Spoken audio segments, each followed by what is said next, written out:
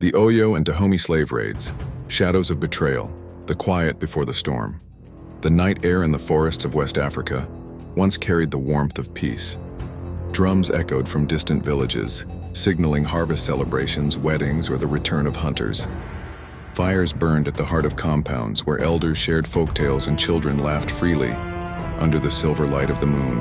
But hidden within this harmony, shadows gathered. A new era was taking shape, an age of raids, betrayal, and chains.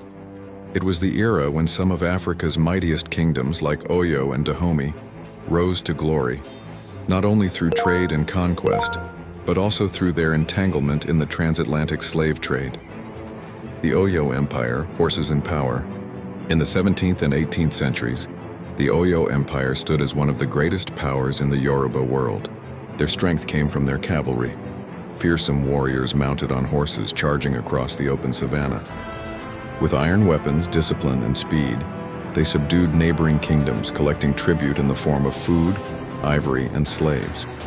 When European traders appeared along the coast, offering guns, alcohol, and luxury goods in exchange for human beings, Oyo rulers saw opportunity.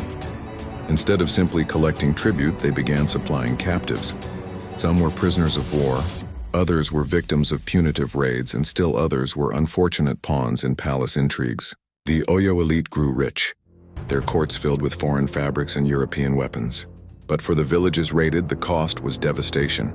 Families torn apart, homes burned, and generations silenced. The Kingdom of Dahomey, the Army of Fear.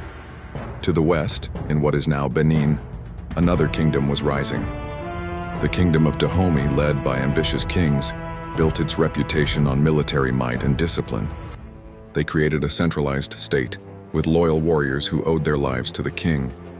Among them were the legendary Agoji, the so-called Amazons of Dahomey. These women warriors fought with unmatched ferocity, trained to kill without hesitation. Together with male regiments, they launched raids on surrounding villages. But unlike Oyo, which balanced tribute and trade, Dahomey built much of its economy directly on the slave trade.